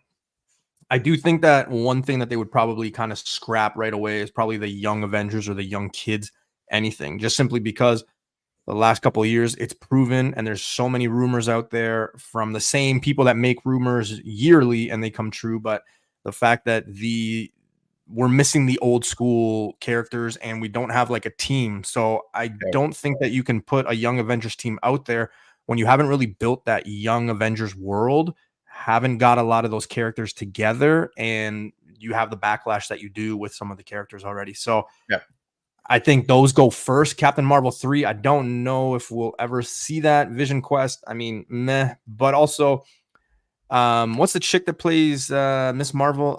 Imani. She's from Saga. She's from around here. She just came out the other day and said that Tara Strong. What? No, not Tara Strong. You said Miss Minutes, no? No, I said Miss Marvel. My bad. Yes, okay. Yeah, I heard no, Imani. She's right there, right beside. Fellow Canadian. Yeah, she's from Saga. She came out last week on a radio station and said that she was told by Bob that her position is safe and that you're going to be seeing the character more. So, is that a Captain Marvel 3 thing, or is that like a solo? You know what I mean? So that's kind of confusing. Yeah. Now, I want to highlight some things, but before I do, Comic Ozzy's in the house, brother Ozzy. Appreciate you being here, man. Was recently a guest not too long ago over on the show, and always crushing it over on Whatnot every Tuesday night, man. The guy's got some of the best books, so if you want some of those best books, go check him out over on Whatnot, man, and some great prices too. Now, back to what I said, I was going to highlight some stuff. This right here, very key thing that was said by Bob Iger is that they did not cancel any projects we knew about, according to Charles Murphy. Now that is according to Charles Murphy, but none that started production. So Ironheart seems safe within this. Now, looking at Vision Quest, I think that one might get axed. Avengers 5, I don't foresee getting axed. Like I said, Young Avengers, they seem pretty invested into that. Look at how, we just got the Marvels ending off, right? The Marvels ends off with kind of hinting the Young Avengers, so I don't foresee that. Now, Captain Marvel 3 was never announced whatsoever, so I don't think that the character will get a third movie. That's just my opinion. That's me looking at these projects here right in front of us. Now, when Chia Pet says what he just said, which is spot on about things that have not been set into production yet and so forth, these two are what scares me. Okay, Armor Wars, I think, will continue. kind of what was said within the chat. You're gonna have Ironheart probably tying into Armor Wars. Now, I want to see Armor Wars take place. We've seen so much pushback, right? Like it's been pushed and pushed. So I do want to see it, but a lot of people hit the internet once the news broke from Bob Iger. Blade. People are concerned about Blade because Blade has not seen production. Blade has not moved forward whatsoever, and in fact keeps getting pushed. So at this point, the biggest concern online from what I saw this week was Blade. People were voicing themselves saying it needs to happen, right? We want to see it happen. I think it is definitely going to happen. It has to happen. Newbie, I agree. I agree with the Blade happening. There's just been already too much. They're already behind. They should have been filming like last year. They didn't. The script sucked. They've already invested so much, and then they had to start over again and possibly a third time. But they're obviously not going to tell you that. So I think that that's going to happen, especially because you got to remember they're trying to hit all those different worlds. So not just street level, but magic, fantasy, all that. You can still do that with canceling things. It's just you have to be strong on what world you hit and with what characters, right? So like the fact that they did Werewolf by Night first before Blade, like they should have probably did Blade, but it was a different time. They were just putting out product. Blade's definitely going to happen. Armor Wars, I think they do have to, because simply it's still a tie-in to Robert Downey Jr. and Iron Man. So if you're going to go ahead with, say, Riri, then this is still a good thing to do. If you're going to be bringing back RDJ, then this is also something that you can build on and things like that. So this one also doesn't necessarily make sense for them to cancel. Like I said, I think Vision Quest, I think at Young Avengers for right now, I think is on the shelf until possibly after Captain Marvel 3. There's no way they do it because 2 just tanked.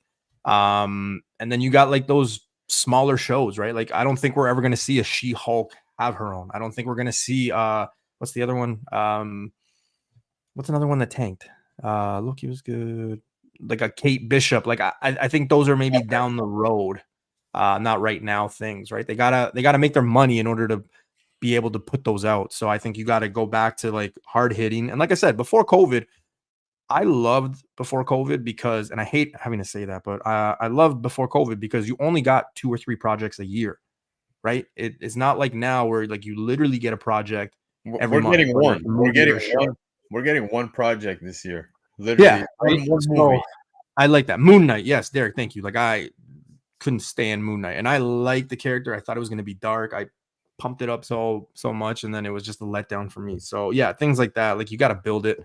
But I wouldn't be scared with these 2. I think they still go through. Yeah, no, totally. And Nick saying something that is spot on is that he's voicing the characters in the character in Marvel Zombies. So, it's gonna move forward. I don't think Blade needs to be concerned about. I did see a lot of concern online. People were commenting, dude, whether it was on X, whether it was on Instagram, you Google the article of Bob Iger and you see that the concern is mostly for Blade and Armor Wars. Now, not to knock at any of these projects that I was talking about as well. I really want to see Ironheart take place, and I do want to see Avengers 5 take place because that's what we're calling it now. We still don't know what it's going to be called. Young Avengers, I don't entirely care for. I'm going to be honest with you. I think it could be executed very well if they do it, properly, and it'll be well received, especially by a younger audience. But Vision Quest, I could see shelved. Captain Marvel, I could see not getting a trilogy. Blade has to move forward, man. It's going to be probably one of my...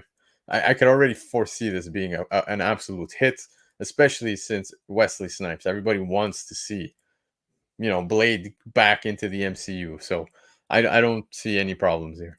Get your Tomb of Dracula 10s, people. Because when this hits, honestly, no, when this hits, like, if you want that book, this is the time to buy it. Like, I'm telling you right now, not even just for investment, but like if you actually are a Blade fan, like I really think that he's gonna kick off that world, and it's just like we need him. Like I think it was said in the comments too, like we need him to open up that dark realm, that vampire, and all that stuff. So I mean, it just makes sense. If you were one of those guys that went crazy for Marvel Zombies and you were spending $400 or $500 on a 9.8 in that, do yourself a favor.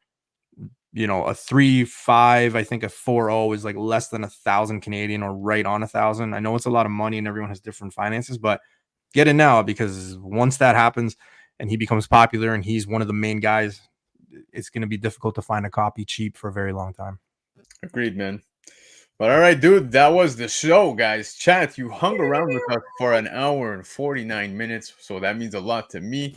The shows are starting to get longer because there's so much to talk about. But newbie, I cannot stress it enough. I missed you.